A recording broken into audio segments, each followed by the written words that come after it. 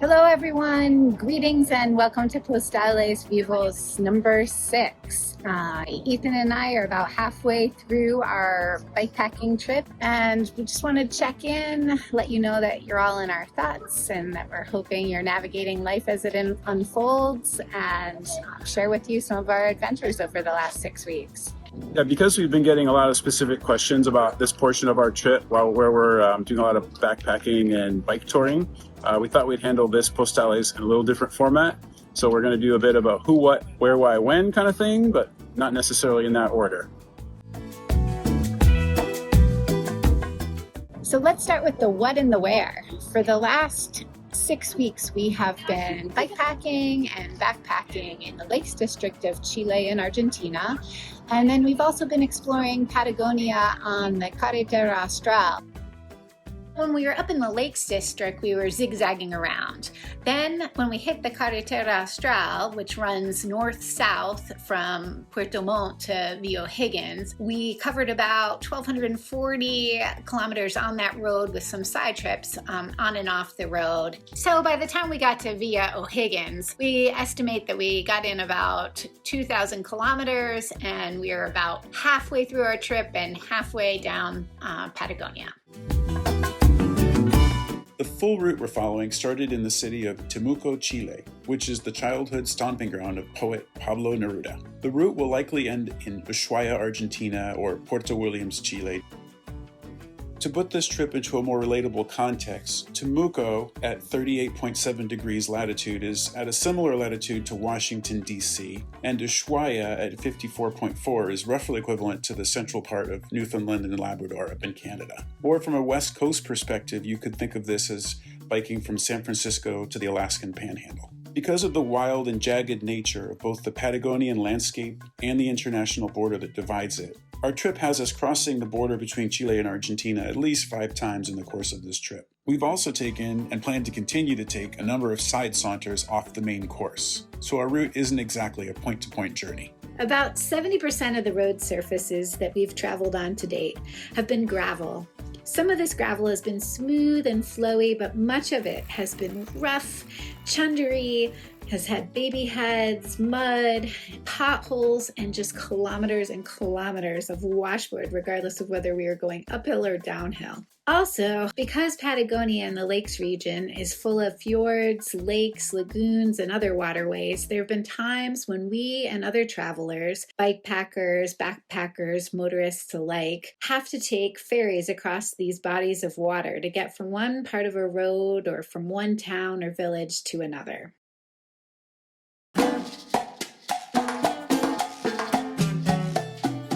And that brings us to the who question. A lot of people ask us who we're doing this with, like are we using a tour company or something like that? And the answer to that is definitely no.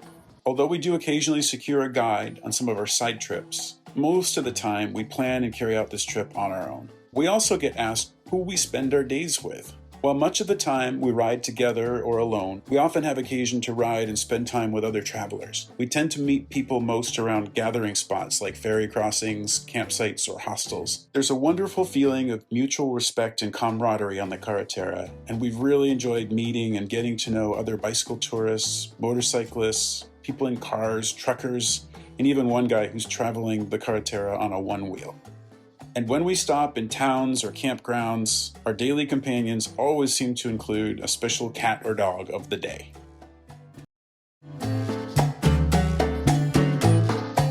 Some of our best learning moments on this trip have been unexpected encounters with local residents who have had a lot to share with anyone interested in listening.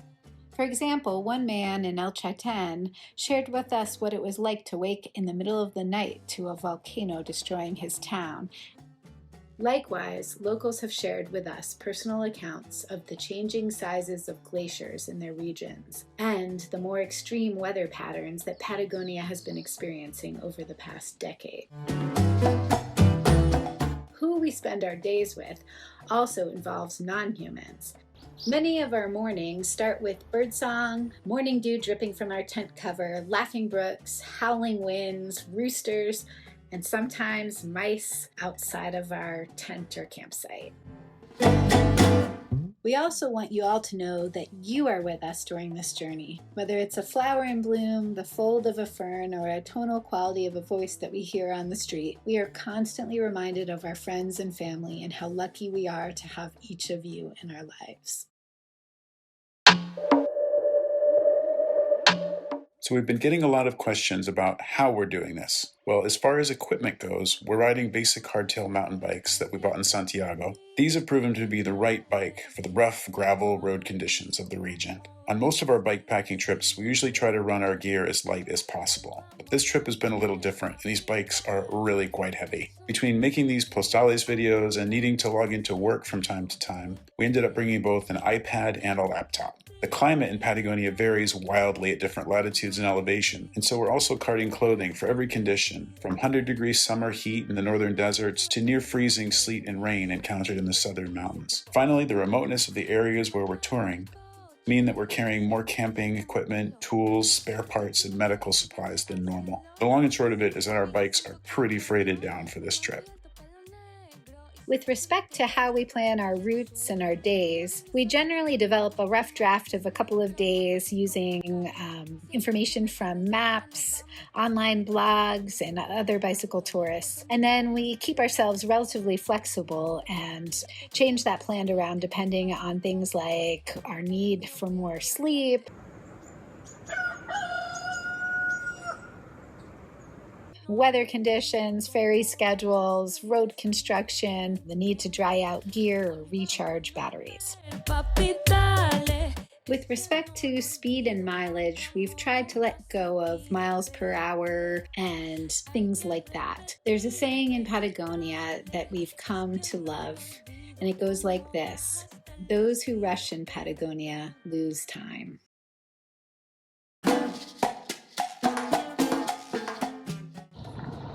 And now to the question of why. When we announced this trip, one person asked us, why would you want to do that? Why would anybody want to ride 2,000 miles across one of the most remote parts of the world on bicycles? And here's why. Slow rolling our bicycles, we've been able to navigate around seemingly endless, brilliant turquoise fjords, crystal lakes, and coursing glacial-fed rivers. At quite literally every turn, we've encountered enormous, luminous hanging and floating glaciers, endless waterfalls, brilliant full-spectrum rainbows, marble caves, towering mountains, and all manner of unique geologic formations, each element dazzling us with its enormity, luminosity, color, and form. We've also been dazzled by Patagonia's unique flora and fauna. The enormous leaves of the nalca plant that lines the edges of every forest and road, black paper birches, bizarre monkey puzzle trees, the overhead calls from flocks of black-faced ibises, graceful condors soaring overhead on their 11-foot wingspans, fields of roaming guanaco, and surrounded by forests where wild puma lurk. This journey is also part of our year-long sabbatical, and a time that we've committed ourselves to allowing our brains and bodies plenty of time to rest and wander. Although not everyone may agree that riding weighted bikes through rough conditions in Patagonia is restful, our journey on the Carretera Austral has been full of pause and moving meditation. Just like parts of Patagonia that were formerly fenced in and being used for cattle ranching and farming are now being rewilded, we've found that this trip has been a time of rewilding for us. So there you go. That's the first 6 weeks of our bikepacking and backpacking trip through Patagonia. And for those who want to hang on, we're going to do a little bonus footage at the end to answer some of the tech questions about our equipment that some of our nerdy bike friends have had. And for those of you who are going to sign off now, know that we love you and miss you. And also know that we will be hopefully sending our next update on the rest of our bikepacking and backpacking trip sometime later this month or in April. Okay, bye for now, everybody. Bye. Thanks for watching.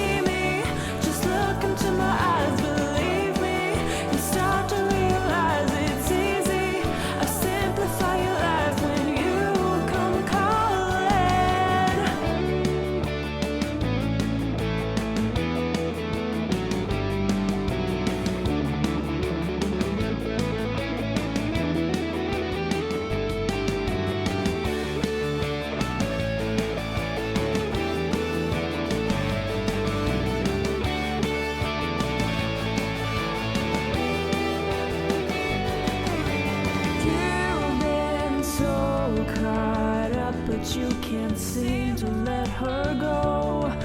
It's killing me to watch you falling, and I'll be waiting.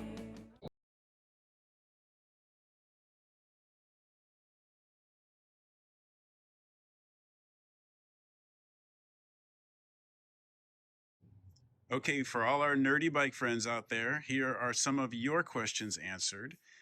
Because we were in parts of Chile and Argentina that are predominantly dirt roads, gravel roads that are often very rutted and washboardy and extremely hilly, we opted to go with hardtail mountain bikes. So what we have here is a pair of 2025 Specialized Chisel comps. These are hardtails with aluminum frames. These are running a SRAM NX drivetrain. We got a 32 up front and a 1050 out back, an Eagle setup, which has been plenty low enough for the real steep grades, even with all the weight on the bike. We're running the bikes pretty stock. Did add, a little mud guard and that kind of thing, but mostly right out of the box. It's proven real important to have these hydraulic brakes with all the weight on the bikes. Actually, we burned through an entire set of brake pads in less than 1,500 miles just because of all the weight and dust and all the grade. We're going up and down constantly. We set the bags and the equipment up in Santiago. Things there were a little limited in terms of what you could find, so a lot of this is kind of pieced together. My bike's running out back a toe peak rack.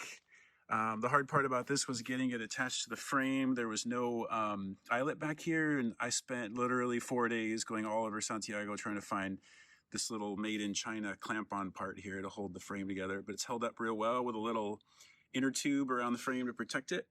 Likewise, up front, we mounted these Salsa Everything cages onto the lower.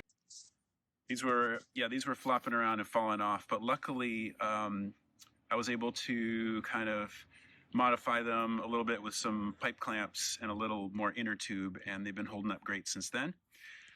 To all this stuff, we've attached a combination of, like, up here on the stanchions, like 10 to 13 liter dry bags that strap on. Those have been holding mostly our clothes. Like, we carry our daily clothes on one side and our outer clothes, like coats and rain pants and all that kind of stuff on the other side. We found this cool bike packing bag company that's here in Chile called what's it called? Choque. And we bought these front bedrolls here, in which we're keeping our sleeping bags, air mattresses, pillows, everything, kind of the whole bed setup in there, which is great because you can pull in, set up a tent, hook this thing in there, and off you go. I've been carrying a little reserve water up here, straps on. This is all held together with our Relevate front mounts that we brought from home. And we also picked up these Choque feed bags, which have been completely invaluable and amazing, and I'll keep this thing forever. It's waterproof, it's a dry bag. We can keep all our food, sunblock, electronics, power bars, spare gloves and scrunchies and stuff that you might need on the road, so we don't have to stop too often. And up on the cockpit here, we're running bells, which I think are compulsory here. I'm using a quad lock mount for the iPhone, and here's the Garmin mount. And like I said, other than that, pretty stock. I couldn't find any good panniers, so I bought these literally for $10. They're made in China. They're terrible.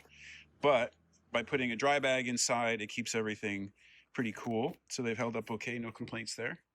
And then we tend to run, we bring like a day pack in here, so when we get to cities, we can throw those on our backs and walk around. Up on top of this rack, you'll see in the videos, I've been carrying this teal 36-liter bag, which has been holding our laptop, iPad, and all of our food and some of the extra accessories.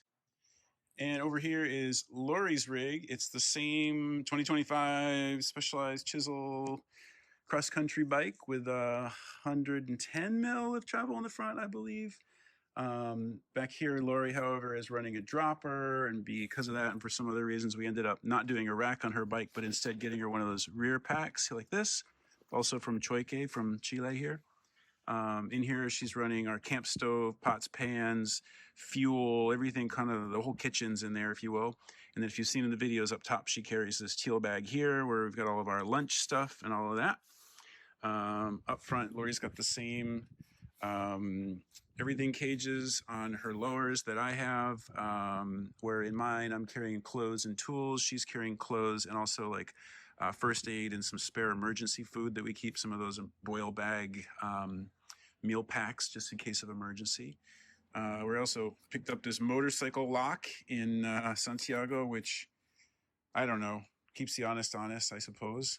Up front on Lori's roll, she's got the same bedroll I do, but you'll notice on her on the videos, she's also carrying a red bag up here where she's got first aid and just other kind of incidentals that we need as a team. So that's been nice that these have all that capacity. The bikes have been super heavy for a number of reasons. The weather here in like northern part of Patagonia and the deserts in Argentina can be like 100 degrees during the day. And in some of the southern climates, when we're up in the mountains, we've encountered snow and we've needed like full-on winter gear. So we're carrying a lot of outdoor gear in these packs. If we're back at home in the summertime, these wouldn't be half as full as they are. The other thing is that we're doing a lot of backpacking when we get to different parks along the way. And so both of us are carrying our backpacks. Lori's got her Hyperlight, like full backcountry backpack inside of here, believe it or not. I don't know how she gets it in there. And I, in that same like 36 liter pack in the back, have my entire 50 liter REI backpack. We're also been heavy because there are periods where we'll go 2 or 3 days without seeing a town of any kind. And so we have to carry quite a lot of food at times. And lastly, Lori's been working and we've been making these videos together. So we're carrying both a laptop and an iPad on the back of my bike. So we've been pretty freighted down, but it's all been pretty necessary. And all in all, again, these have been really great rigs serving us well.